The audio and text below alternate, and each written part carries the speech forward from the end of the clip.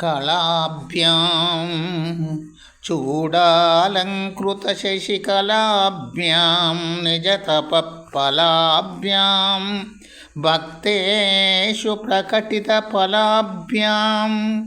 భవతు మే శివాభ్యామస్తోకత్రిభువనశివాభ్యాం హృది పునర్భవాభ్యాం ఆనందస్ఫురదనుభవాభ్యాం నతిరియం.